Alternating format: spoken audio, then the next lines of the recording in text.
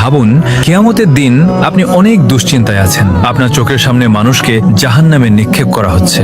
এরপর যখন আপনার পালা আসে তখন আল্লাহ বলেন, আমার জান্নাতে প্রবেশ করো। তখন আপনি আল্লাহকে জিজ্ঞেস করেন, হে আল্লাহ, আমাকে কেন বাঁচিয়ে নিলেন? আল্লাহ বলেন, আপনি প্রতিদিন জান্নাতে যাওয়ার দোয়া পড়তেন, মানুষকে শেখাতেন এবং এটি শেয়ার করতেন। সেই দোয়াটি হলো, আল্লাহুম্মা ইন্নী আসআলুকাল জান্নাহ। হে আল্লাহ, আমি আপনার কাছে জান্নাত প্রার্থনা করছি। আল্লাহুম্মা আজিরনি মিনান নার। হে আল্লাহ, আমাকে জাহান্নামের আগুন থেকে মুক্তি দিন।